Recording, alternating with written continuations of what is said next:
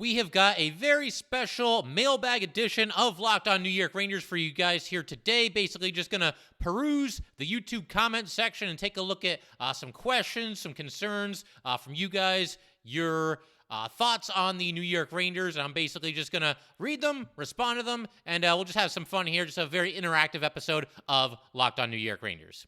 Welcome back, Blue Shirts fans, to episode number 763 of the Locked On New York Rangers podcast. I'm your host, John Chick. Just want to thank you guys, as always, for making Locked On New York Rangers your first listen every day. We are free and available on all platforms. And today's episode of Locked On New York Rangers is brought to you by FanDuel Sportsbook, official sportsbook of Locked On. Make every moment more. Visit FanDuel.com/LockedOn today to get started. And as I mentioned, just a very special mailbag edition here, sort of a mailbag edition. It's the YouTube comment section, but regardless, we're just going to take a look at a couple of comments that you guys made from recent episodes. And if you're watching on YouTube, you can now see I'm in the bottom left corner there, and taking up most of the screen is the aforementioned YouTube comment section. Just want to read a couple of comments from you guys and react to them.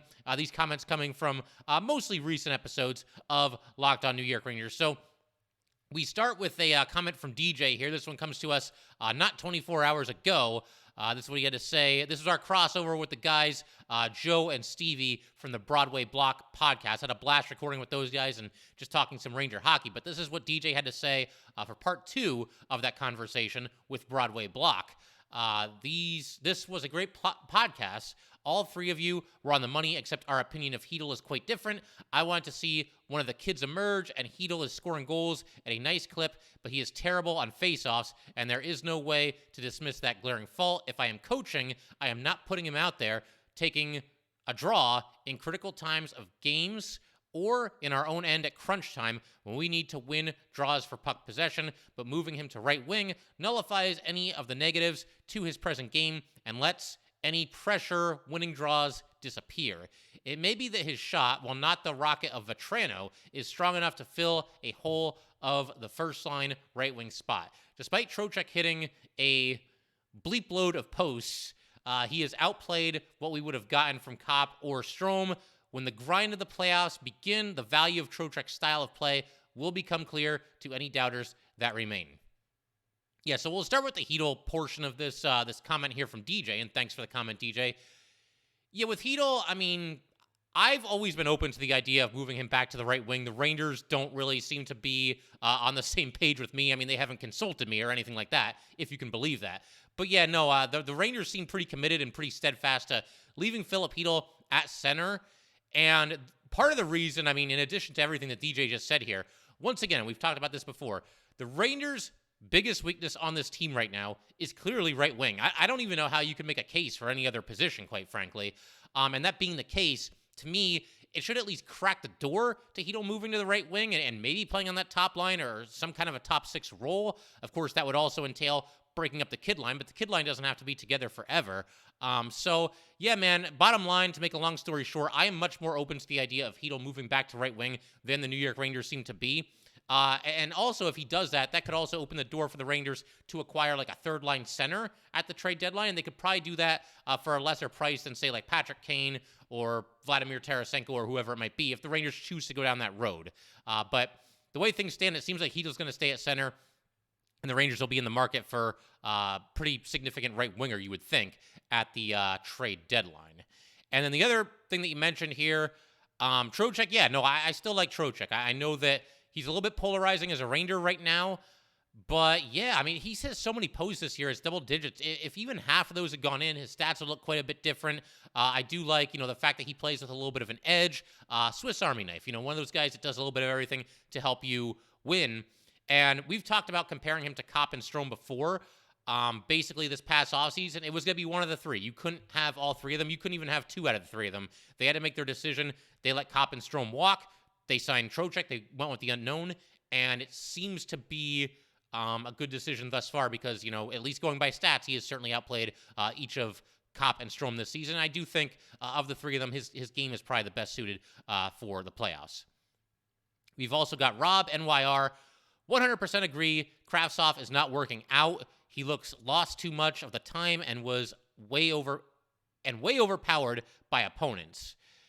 Yeah, Kravtsov, I mean, the thing here is I'm not completely willing to give up on him. I mean, I don't think that, like, you can look at what he's done. He's played less than a full season of NHL games. But there are some Ranger fans and some Gerard Gallant naysayers that try to claim that Kravtsov hasn't been given an opportunity, hasn't been given a chance. Kravtsov, when he's been in the lineup, and yes, I understand he's been a healthy scratch at times this season. He's also missed some time due to injury. Couldn't catch a break regarding injuries early in the season. But when Kravtsov is in this lineup, he spent a good amount of it on the Panarin line. If that's not getting an opportunity, I'm not sure what is. I mean, do you want to put him on the top power play unit and replace Chris Kreider? I don't think you want to do that. So, and he's made a couple of appearances on the second power play unit. I realize they don't get a ton of time, but Kravtsov has had some chances. The idea that they've given him nothing to work with and no opportunities whatsoever, I don't agree with that. We'll see how things shake out. But of all the Rangers currently on the NHL roster right now, which one is most likely to be dealt away at the deadline? I would say it probably is Kravtsov. We've got Scott here. Scott says, Kane for Kravtsov, that's Patrick Kane, of course, and a first-round pick only. Kravtsov is terrible defensively, given 20 games to prove himself, and he has not lived up to expectations. Yeah, I'm not sure if that would get it done for Patrick Kane. I realize Kane's numbers are down, and, again, polarizing non-Ranger among Ranger fans is Patrick Kane because, his number, he hasn't had a great season. And there's people that think that, they don't want to break the bank to just bring him over as a rental, which is what he would be. I don't think the Rangers could possibly even entertain the idea of re-signing him after this season. But I will say with Kane, with his numbers being down, I think it does represent a little bit of a buy low opportunity, whether you're the Rangers or anyone else who's interested. And I still get the feeling that he's going to be a highly sought-after player when it comes to the trade deadline this year. Of course, he has a full no-move clause, so he kind of controls his own destiny, so to speak. As far as the return package, I think the Blackhawks, if the Rangers offered Kravtsov and a first-round pick for Kane, I don't think they would do that. I think they'd be able to probably get something better for that. If Kravtsov maybe could be part of the package, I mean, that works. Maybe Kravtsov, a first-round, and another first-rounder, maybe? I mean, is that too much? It's so hard to gauge these things. I mean, do you go by Kane's total body of work? Do you go by what he's doing this year? How does the fact that the Rangers won't be able to re-sign him, how does that affect everything? He'd only be a rental. I mean, there's so many factors to weigh here. What kind of other offers will the Blackhawks get for Patrick Kane? Which teams would Patrick Kane be willing to approve a deal to? But I think you're looking at a situation where probably some combination, 3 total either prospects or draft picks. So maybe 2 draft picks and a prospect and 2 pretty high draft picks. 2 prospects and 1 draft pick. I think maybe that could get it done. Of course, Kane, once again, in total control because he's got that full no move. But yeah, it's going to be very, very interesting to see where Patrick Kane ends up going. Maybe he even stays with the Blackhawks. You never know for sure. But you would imagine a rebuilding team with Patrick Kane now being 34 years old would probably look to move him at or near the deadline this season. I wanted to also mention a couple of other comments here. We've got a comment from Eddie Edwards. He's talking about Artemi Panarin here. If the bread man doesn't show up for the playoffs, it's time to move him. Better not empty the bank for the playoffs because I don't see them going anywhere. Trade Blay already. He sucks. And then I also want to mention a response here from Chris Gavalis. Agree, and that's why we shouldn't trade for Kane or Tarasenko because we should not plan on keeping Panarin for much longer as he's only getting older and regressing. He will be great for a deep playoff contender, but unfortunately, that ain't us. Okay, so first of all, Artemi Panarin has a full no move clause. So if he doesn't want to be traded, he's not going to be traded. It's pretty much as simple as that. Secondly, I think sometimes people tend to fixate on Artemi Panarin having a bit of a rough showing in the postseason last year. And, there's this idea that, man, we should trade Panarin to, clear up some cap space. Artemi Panarin is still comfortably, I think at least, a top 10 player in this league. If the Rangers trade him, how do you replace that kind of production? I mean, yeah, I know that the Rangers have these young kids that we're all excited about. We got the kid line. We've got, Will Cooley. He's played 2 games, got sent down to the AHL, but he'll eventually be back. Brian Othman, people are high on him, but man, Artemi Panarin, that kind of production, that kind of offense, that does not grow on trees. This guy is an absolute superstar in this league, and I don't think the Rangers could or would really entertain any thoughts of trading him away, even if you put the no-move clause to the side. As far as trading Blais, look, that's probably not going to happen either. Probably the more likely scenario is that he gets placed on waivers. If he clears, he could get sent down to the Wolfpack. Of course, he's with the Wolfpack right now on a conditioning assignment to make room for Will Cooley. We'll see if Sammy Blais gets another chance for the Rangers at some point. Feel for Blais, man, because he got taken out on a dirty play by PK Subban and, was kind of a marginal NHL talent probably even before that. And it just looks like he's really, regressed since that injury, and understandably so. The guy's knee basically exploded. He tore everything he could possibly tear. So really unfortunate. And as far as the comment from Chris here, I mean, Panarin's only 31 years old. Let's not make it out like this guy is an aging, rapidly declining player. He had one of his best seasons ever last year. I want to say 95 points, which might have been good for a career high. I think he tied his previous career high. And this year, having another fantastic season. He's an all-star, and the Rangers are going to need him to step up in the playoffs. I do agree that, listen, I mean, Panarin's got to bring it in the playoffs this season because last year, he had 16 points in 20 games, had the Game 7 overtime winner against the Penguins, but way too many turnovers, too many games where it felt like he was kind of a non-factor. So he does need to be better this season. But I will say, and I've mentioned this in the past, the fact that he can get you 16 points in 20 games when he's playing probably the worst hockey we've ever seen him play as a member of the New York Rangers. That's pretty impressive. That's his low point. That's his floor. So I'm anxious to see what Panarin can do in the playoffs this year as he hopefully redeems himself for, again, the points were there, but it was still something of a lackluster showing for him in the postseason last year. So we're going to keep everything rolling in just a second here. I want to continue getting into all these comments that you guys were nice enough to leave on the YouTube videos here. But first, just want to let everybody know that today's episode of Locked On New York Rangers is brought to you by FanDuel. This year, the only app you need at your Super Bowl party is FanDuel, America's #1 sportsbook. We're really excited about our new sports betting partner for Locked On because they're the #1 sportsbook in America, FanDuel. And if you're new to FanDuel, that's even better. They have so many great features that make betting on sports fun and easy. Download FanDuel now so you can bet Super Bowl 57 with a no-sweat first bet. You'll get up to $3,000 back in bonus bets if your first bet doesn't win. FanDuel lets you bet on everything from the money line to point spreads to who will score a touchdown. The FanDuel Sportsbook app is safe, secure, and super easy to use. Best of all, you can get paid all your winnings instantly. So join FanDuel today at FanDuel.com/lockedon to claim your no-sweat first bet on Super Bowl 57. That's FanDuel.com/lockedon. Make every moment more with FanDuel, official sportsbook partner of the NFL. All right, I figure we might as well go ahead and just keep everything rolling here. Just move along to the next YouTube comment section here for Locked On New York Rangers. And this comes to us from Scott. Once the Rangers obtain Patrick Kane, the team becomes very serious. Julien Gauthier goes to the first line. Jimmy Vesey and Barclay Goodrow go to the fourth line. A solid lineup up and down. Yeah, if the Rangers do enough at the deadline where you can put Jimmy Vesey and Barclay Goodrow on the fourth line and kind of just leave them there. I mean, look, they're both capable, I think, of being more than fourth line players. But I think in a perfect world, if you're in a spot where you can have two players of that caliber, not that they're superstars, but they're good, solid players who know what their role is, tough to play against, and that's what you want from your fourth line. If you can have those guys as staples of the fourth line and not have to, force them into a top six role, then I think that's certainly a positive thing. Julien Gauthier in the first line is not something that I had really considered, but it is at least somewhat intriguing.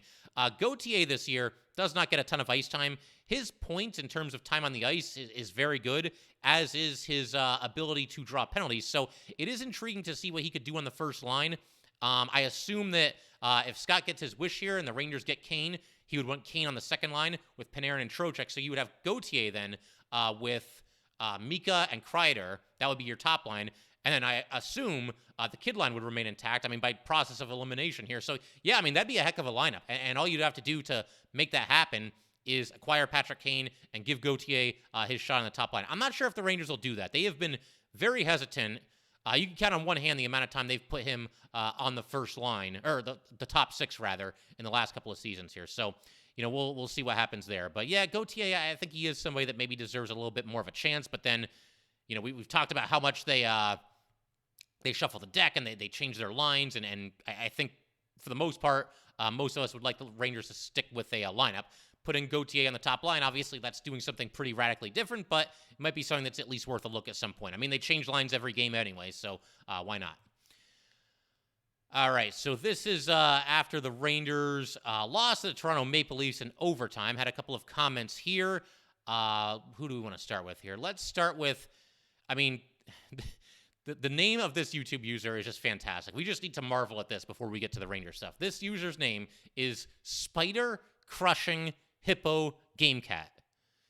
Spider Crushing Hippo Gamecat. Okay, so I love how Harper not only jumps in during these scrums with force and always has a smile while he does it, gives off Revo vibes, but not quite the same injury, but close, I'll take it. And then David Roth here kind of backs up what Mr. Spider or Mr. or Mrs. Spider Crushing Hippo Gamecat had to say. Great observation on Harper. I noticed the same thing and thought he could be a good replacement for Revo. Also remember when he gave the hat to Laffy, he's a keeper. And yeah, David there is talking about, so Ben Harper had the Broadway hat, and the game after Lafreniere was a healthy scratch, he was back in there, and Harper, basically gave him the Broadway hat and Lafreniere's first game back, and it was kind of a nice moment. There's a video going around on social media from the Rangers, their Twitter account there. Harper seems like he is a pretty good teammate. I talked about this in the past. Always sticks his nose in there. And I agree, with Spider Crushing Hippo Gamecat as well as David Roth here, he does kind of give off, some Ryan Reaves vibes. He's not quite as over the top and doesn't have seemingly as big of a personality as Ryan Reaves does. I mean, few hockey players do. Reaves is kind of, a class of his own in that department. And I do miss Ryan Reaves. But Ben Harper does bring some of that stuff to the table. And I think there's going to be a situation this year, sooner or later, he's going to be standing up for a teammate, and he's going to fight somebody on the opposite team. And we'll see when that happens. Could be the next game for all we know. But yeah, Ben Harper has done a nice job, and the price is right. He's just a smidge over the league minimum for the next 2 years. You need some low-cost players to fill out your roster. So, I said at the time, I'll say it again, I really do like the Harper re-signing.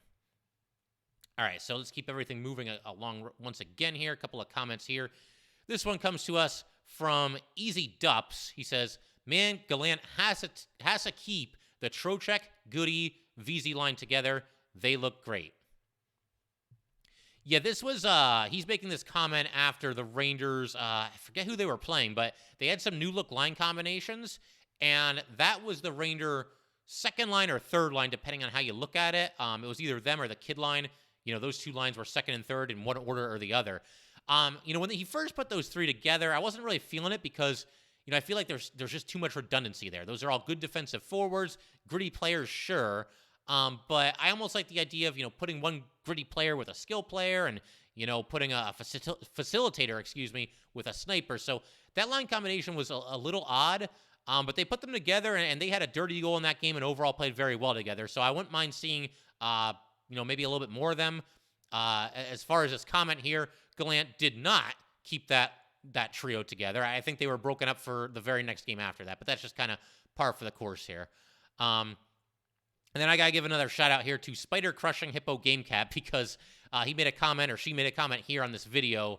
Holy cow, they played the second power play unit first in the game against Florida. John, they proved you wrong. LOL.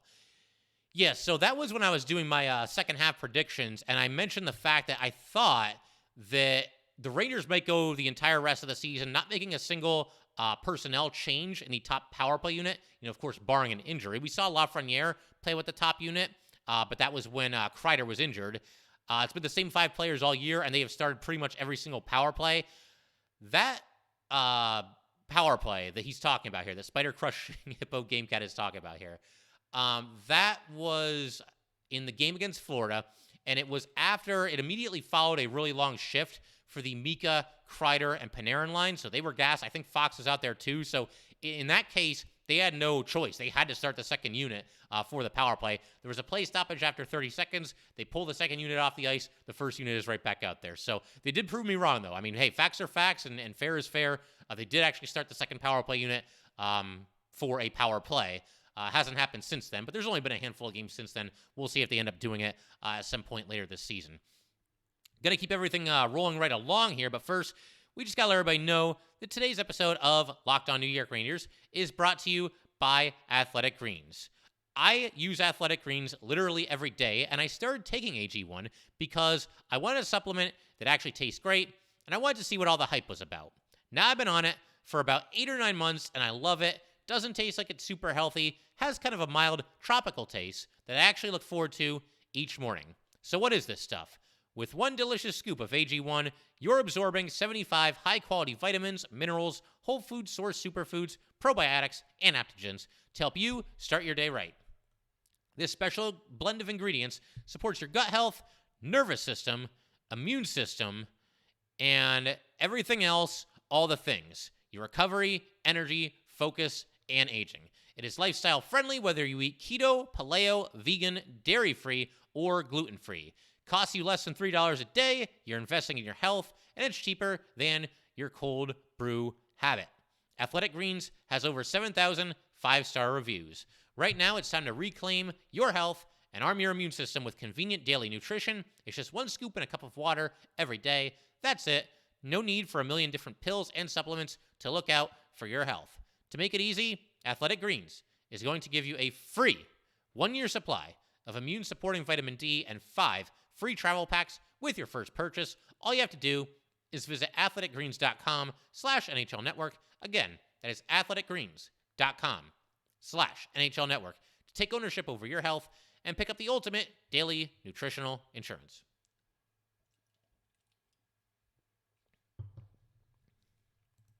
All right, we're going to keep everything rolling here, talk about the next YouTube comments section here, and this one comes to us from Robbie Neal Zucker.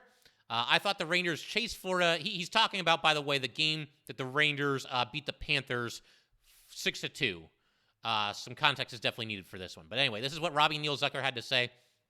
I thought the Rangers chased Florida for 2 periods, acquiring like 8 shots on goal halfway through the game, allowed too many odd man rushes. It was sloppy in their own end.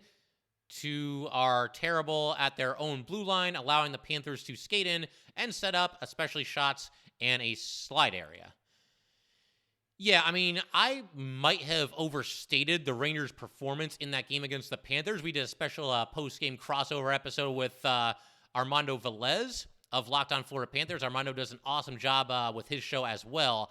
But the thing that I liked about that game is, in spite of everything that you just said there, Robbie, the Rangers won the game by 4 goals. And when you had a team in the Rangers that early this season just kept finding ways to lose. I mean, every way the Rangers could find a way to lose a game, they would lose a game. Lose in the shootout, lose in overtime, lose when having a multi-goal lead, lose when leading in the third period, lose because of a bad penalty. Everything you could possibly come up with, the Rangers lost a game in that fashion one way or another. The fact that the Rangers, like you said, didn't play so great for the first half of this game, maybe even the first full 2 periods.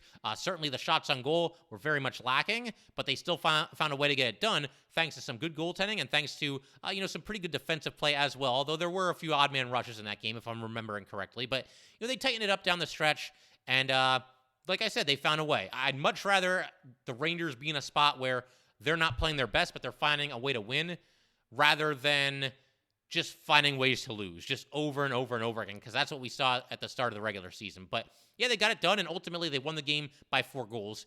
And I believe that was one of the games, I mean, they're almost blending together at this point. That was one of the games where Igor Shesterkin almost got an empty net goal. So that would have been the cherry on the cake for that one.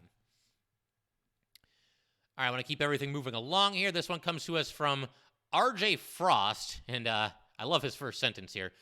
Gallant is a horse's backside when it comes to line combinations. I was enthusiastic when he first came, but this year my feeling is he doesn't have any concept of what he is doing, just throwing spaghetti against the wall and hoping something sticks. The thing is that he doesn't give anything a chance to come together before he tears it up. And then we've also got a response here from DJ.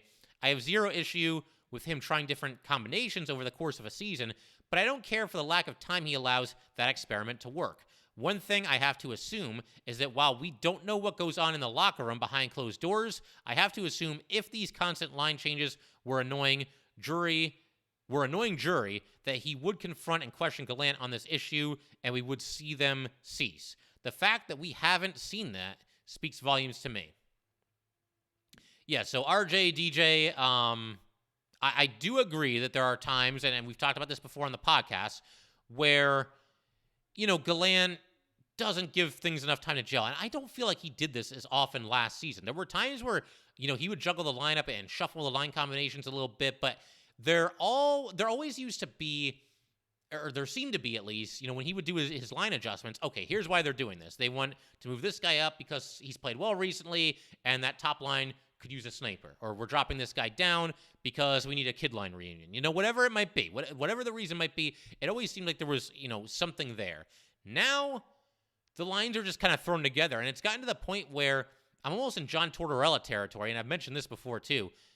When he was the Ranger coach, I never even bothered to learn what the line combinations were because they'd all be radically different by like the second shift of the game. So it's kind of getting that way with Gallant as well, and I do wish that he would give things a little bit more time to gel. Just pick a combination and go with it. And DJ, as far as Drury, I don't know that Drury would confront Gallant. I'm sure the two of them talk, and I get the feeling that Drury certainly has a voice in that room. So maybe there is a little bit of a collaborative effort there. I've always gotten the feeling though that Gallant and his coaching staff, they're the ones that come up with the line combinations, and I'm sure Drury will give his input from time to time. But yeah, I think that usually comes down to a coaching decision. I'd be very curious to know how much Gallant and Drury talk to each other about these things. With the deadline coming up, will Drury get Gallant's opinion on certain players?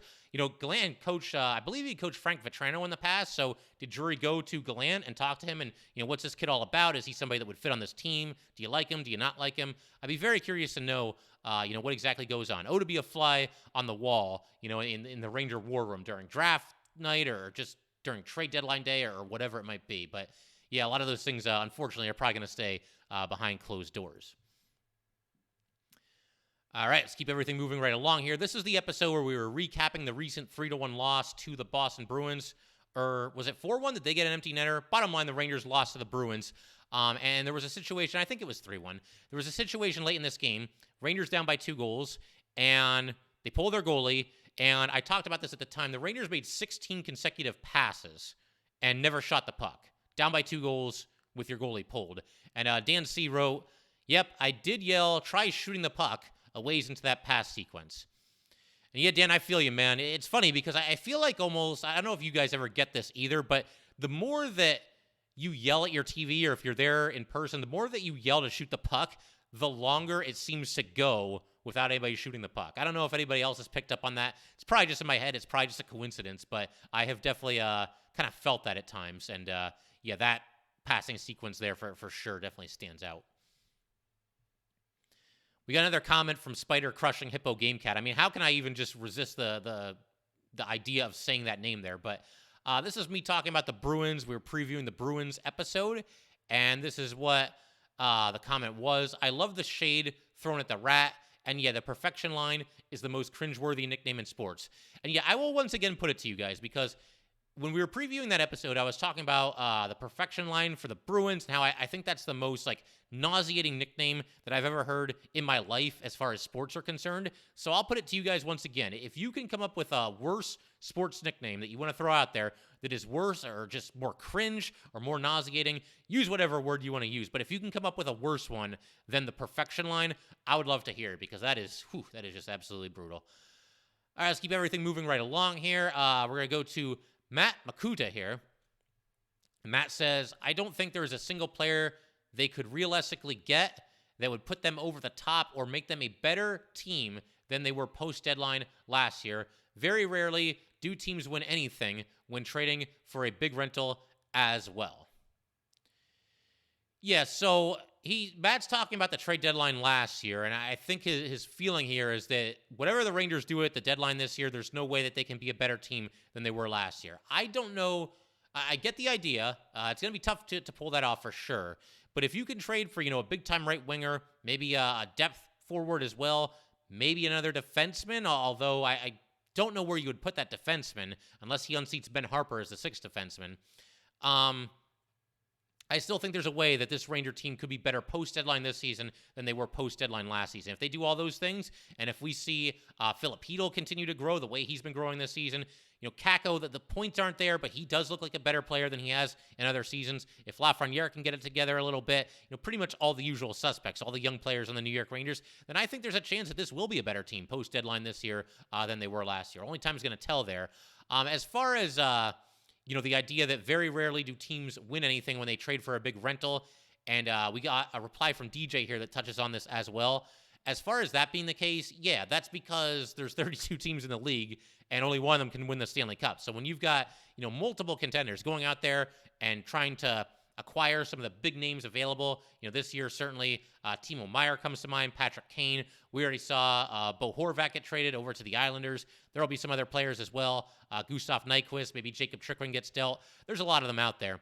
But bottom line, yeah, only one of those teams that acquires one or more of these players can possibly win the Stanley Cup this season. I still think it's a good thing to do. I still think you owe it to yourself to go for it. If you've got a chance to win a Stanley Cup and you really like your team and there's one or two players that can put you over the top, hey, look at the Rangers in 1994. I mean, they were wheeling and dealing left and right going into the trade deadline that season. A couple of guys came over. They were just rentals. Craig McTavish was only there for half a season. Glenn Anderson was only there for half a season. I want to say that Steve Larmer and Stefan Matteau both stuck around, for like another season after 1994. But all four of those players I just mentioned were players that the Rangers acquired in season and in some cases right near the deadline, and they end up winning the Stanley Cup. So if you have a chance, I'm not saying, reinvent the wheel and trade Lafreniere and Kakko and Chytil, for all these rentals. I wouldn't do that either. But if you have a chance to bring in a rental or two or three, as the Rangers did last year, in fact, last year was 4 rentals, I think you owe it to yourself to do it. Provide that the price is right to make your team better and to give yourself every chance you possibly can to win a Stanley Cup. Rangers were close last year. Eastern Conference Final, ran into a buzzsaw in the Lightning. The Lightning, when they won that playoff series against the Rangers, that was 11 straight playoff series wins for them. But the Rangers played them tough, went up 2-0 in the series. Every game was close. There might have been one game, I want to say like game 4, the Lightning won it somewhat comfortably, but every game was tight, every game was close. So a couple of savvy moves at the trade deadline can make the difference. And then I figured we could end on this. This was after the incredible win against the Dallas Stars. That was when K'Andre Miller tied the game with less than a second remaining. And then you had Adam Fox winning it in the overtime period. So I figure I'll just read a couple of comments from this one for you guys. Robert, I don't know how to pronounce this. Robert Forschner says, what an absolute great game. I nearly had a heart attack, but was saved in overtime. Yeah, that was intense, man. I mean, you get the game-tying goal from Miller. The Rangers were working really hard on that shift, keeping the play alive. Miller ties it. You got the point. It's a nice consolation prize, even if you don't win in overtime. But let's be real here. When you tie a game with less than a second remaining in regulation, you want that win. You want those 2 points. You want that exhilarating feeling of the Rangers winning in overtime, and we got it, and that was awesome. Easy Dup said, man, what a game. I spent the first 59-59 frustrated as hell, only for 1 second to change all that. Yeah, it was tough, man. The Rangers couldn't really get a whole lot going against Dallas in that game. It was a stark contrast to their earlier meeting, which was kind of high scoring. Both teams were very defensively responsible, played well defensively, and you saw the result of that. It was looking like it was going to be a 1-0 win for Dallas. Ends up being a 2-1 overtime win for the Rangers. Just Me 77 says, Rangers were absolutely swarming in that overtime. Yeah, they really were. I mean, you could tell that late goal kind of spurred them on in the overtime period, and they ultimately got the win, so that was awesome. Christopher Thompson says, love Panarin's little kick celebration. Signature win. Absolutely a signature win this season. We've got, should we do one more comment from Spider Crushing Hippo Game Cat? I swear I didn't plan this, but this individual just keeps popping up here. Mika or Fox for the All-Star, Fox for the Norris, Miller for the most criminally underrated player in the league, and the All-Stars next year. Just when you think he can't outdo himself, he comes up with a crazy new highlight reel goal. Yeah, Miller's been awesome. After a really slow start to the season, just a complete 180. Just Me 77 says, my neighbors heard me again for sure. Miller and Fox are so good. Wow. Should we do a couple others here? Let's see. I like this comment from DJ here. Pittsburgh lost again tonight. That's a shame. Yeah, it breaks my heart anytime the Penguins lose a game. Let's see. White GD says, Fox should have been the choice for All-Star to begin with. Been the best Ranger by far. Yeah, I think overall this season, Fox has been the best Ranger. The MVP of the team. I feel like Igor Shesterkin making it might almost be something of a make good on him not making it last season, which was an absolute crime. I mean, he put up a season for the ages and somehow was not an All-Star. But Fox got in eventually anyway, so it's all good there. Let's see. I feel like we could pretty much call it there. Let's see. One more from Thomas Capolini to send us home here. Key might be a star who gets better as the season goes on. Yeah, I think Ranger fans are all really feeling very, very good about K'Andre Miller and where he's going in this league. As he continues to get more and more experience, he just becomes a better and better player as the games go by here. But I figure we can call it there. Always fun doing this. Always love hearing from you guys. Keep the comments rolling in the YouTube comment section. Feel free to email me as well. Send me a DM on Twitter. Do whatever you got to do. Get in touch. And we'll do a couple more of these mailbags in the future. But that will do it for today, guys. Once again, if you'd like to get in touch with this podcast, please send an email to lockedonnyrangers@gmail.com. Once again, that is lockedonnyrangers@gmail.com. And definitely give us a follow on Twitter as well, @LO_NY_Rangers. Once again, that is @LO_NY_Rangers. And definitely subscribe to Locked On New York Rangers YouTube channel. Thanks again, guys. I'll see you next time.